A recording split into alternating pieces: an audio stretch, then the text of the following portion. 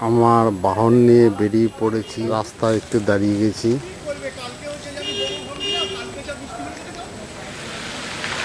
আজকে ওয়েদার খুব খারাপ, তার মধ্যে যেই জায়গাটায় এসছি প্রচুর গাছপালা, একটাও বাড়ি নেই, নিস্তব্ধ, একটু ঠান্ডা ঠান্ডা আবহাওয়া এই জায়গাটায়। পথে একটি মন্দির পড়েছে, দেখুন বন্ধুরা।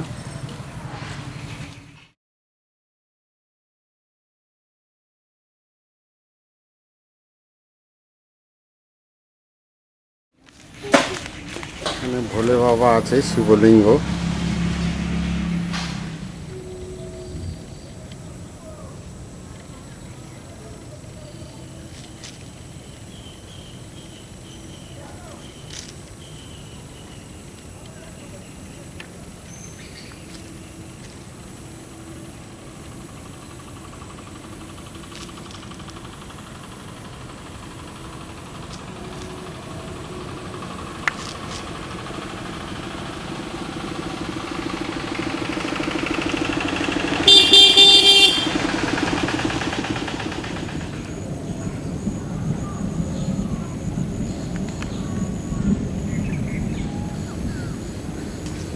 যেতে যেতে রাস্তায় পড়ল এই মন্দিরটি, আপনাদের দর্শন করে দিচ্ছি।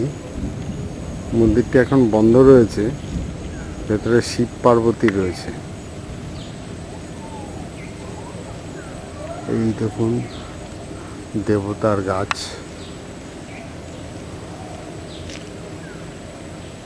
দেবতার বেদি।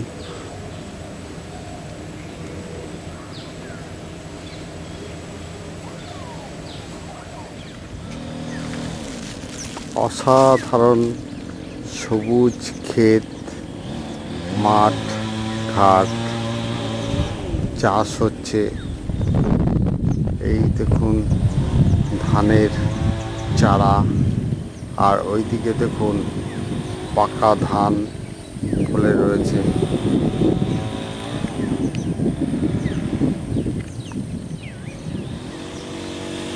যাতায়াতের পথে অসাধারণ প্রাকৃতিক সৌন্দর্য, তাই একটু দাঁড়িয়ে গেলাম। এখানে নিঃশ্বাস প্রশ্বাস বেড়ে গেছে, মনে হচ্ছে জোরে জোরে নিঃশ্বাস নেই, এবং শরীরটাও যেন উত্তেজনায়, মনে হচ্ছে যেন কত ভালো লাগছে। নন্দদুলাল মন্দিরের কাছাকাছি চলে এসেছি। রাস্তায় একটি খাল পড়েছে, দেখুন বন্ধুরা খালের দৃশ্য, দৃশ্যটাও দেখুন। আমরা চলেছি নন্দদুলালের মন্দির সাইবন। অত্যন্ত জাগ্রত শুনেছি এই মন্দিরটি। দেখুন এখানে মাছ ধরা হয়। শেষে চলেই এসেছি সাইবন নন্দদুলালের মন্দির।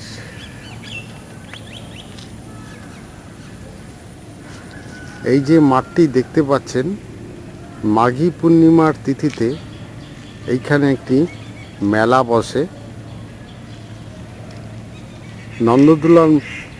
নন্দদুলাল মন্দিরের বিশেষ পুজো অনুষ্ঠান, সেই উপলক্ষেই এখানে মেলাটি বসে।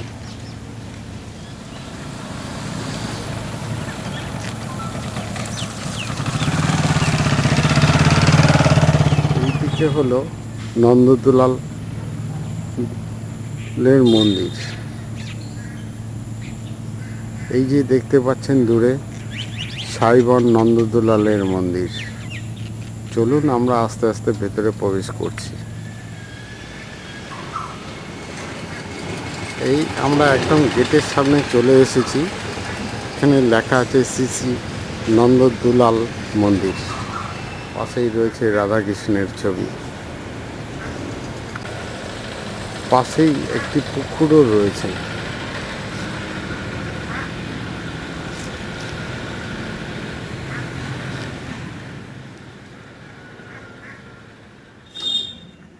বন্ধুরা, সনাতন ধর্মকে রক্ষা করার উদ্দেশ্যে আমার এই প্রচেষ্টা।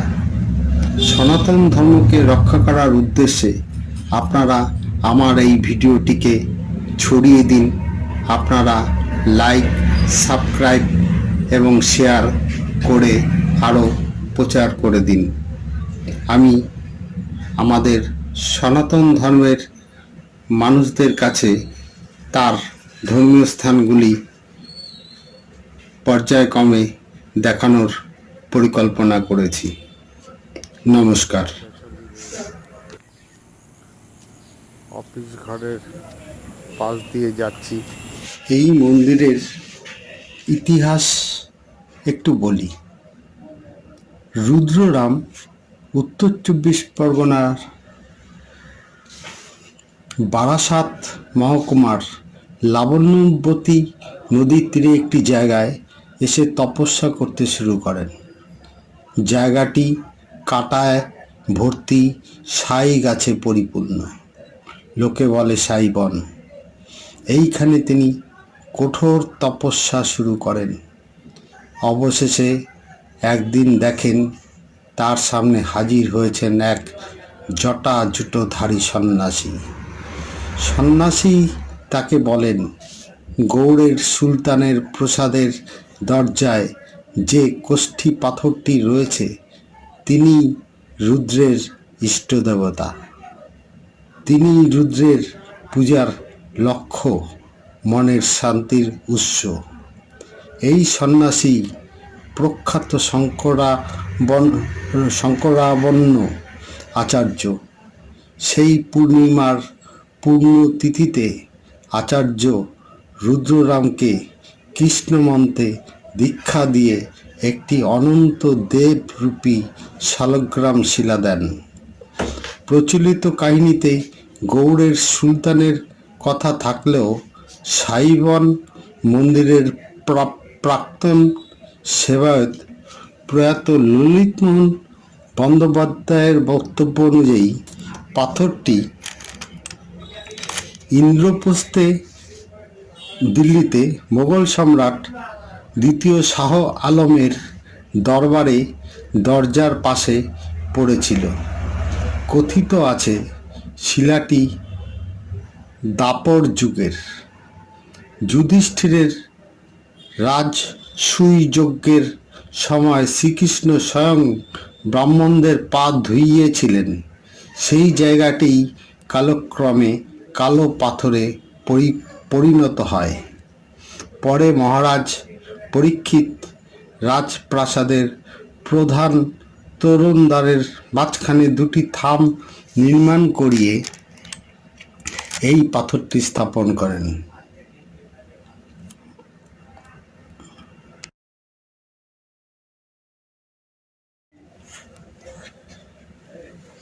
মূর্তির পিছনের এই ইতিহাস কৌতূহলকে উস্কে দেয়।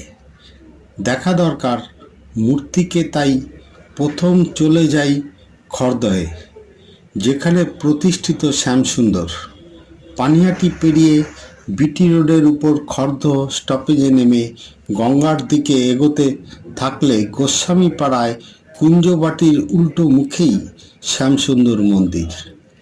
মন্দিরের সেবায়ত প্রাক্তন পৌর সদস্য কেদারনাথ চট্টোপাধ্যায় খুবই সাহায্য করেছেন। তারই ব্যবস্থাপনায় মুখোমুখি হলাম বীরভদ্র গোস্বামীর উত্তর পুরুষ। বর্তমানে মন্দিরের 27 দিনের পালাধারী মাখনলাল মুখোপাধ্যায়ের মাখনবাবু মূর্তির ইতিহাস যা বলেছেন তা প্রচলিত গাথার থেকে খানিকটা আলাদা। তার মতে রুদ্ররাম নন, তিন মূর্তির পাথরের আবিষ্কারক স্বয়ং বীরভদ্র গোসাই।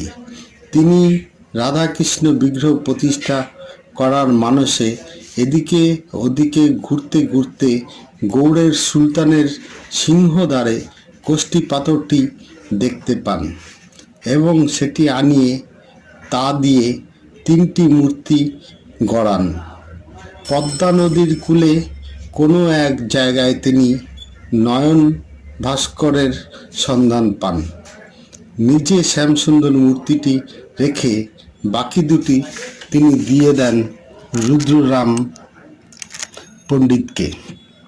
তবে এই মতের সমর্থক কম।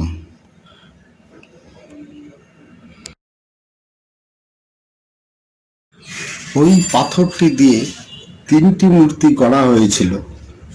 তৃতীয় মূর্তিটি আকারে ছোট ছোট্ট ছটফটে ভাব, মুখে চোখে ছেলে মানুষই স্পষ্ট। এই রূপে নন্দ যশোদার হৃদয়ে বাৎসল্যের ঝড় তুলতেন বাল গোবিন্দ। তৃতীয় মূর্তির নাম তাই দাঁড়ালো নন্দদুলাল। এরপরই তার নাম দূর দূরান্তে ছড়িয়ে পড়ে। বৈষ্ণবদের ধারণা স্বয়ং দেবশিল্পী বিশ্বকর্মাই নয়ন ভাস্কর্যের রূপ ধরে এই মূর্তিগুলি খোদাই করেছিলেন। শোনা যায় তিনটি মূর্তি শেষ হওয়ার পর খানিকটা পাথর তখনও অবশিষ্ট ছিল, তাই দিয়ে একটি নারুগোপাল মূর্তি তৈরি হয়। আবার অনেকের ধারণা বাকি পাথরে আর কিছু হয়নি। পরের মুরারি পণ্ডিত এসে পাথরগুলিকে চাতরায় নিজের বাড়িতে নিয়ে যান। বল্লভপুরে অবশ্য রাধাবল্লভ মন্দিরে একটি কোষ্ঠী পাথরের গোপাল মূর্তি রয়েছে, যেটি একই পাথর থেকে তৈরি করা বলে দাবি করেন স্থানীয় মন্দির কর্তৃপক্ষ। মূর্তিগুলি নিয়ে রুদ্ররাম মহা আনন্দে আছে। দিন কয়েক বাদে তার কাছে এসে উপস্থিত হলেন নিত্যানন্দ মহাপ্রভুর পুত্র বীরভদ্র গোস্বামী। তিনিও ঈশ্বরের আদেশ পেয়েছেন, এসেছেন। রুদ্ররামের কাছে একটি বিগ্রহ প্রার্থনা করলেন।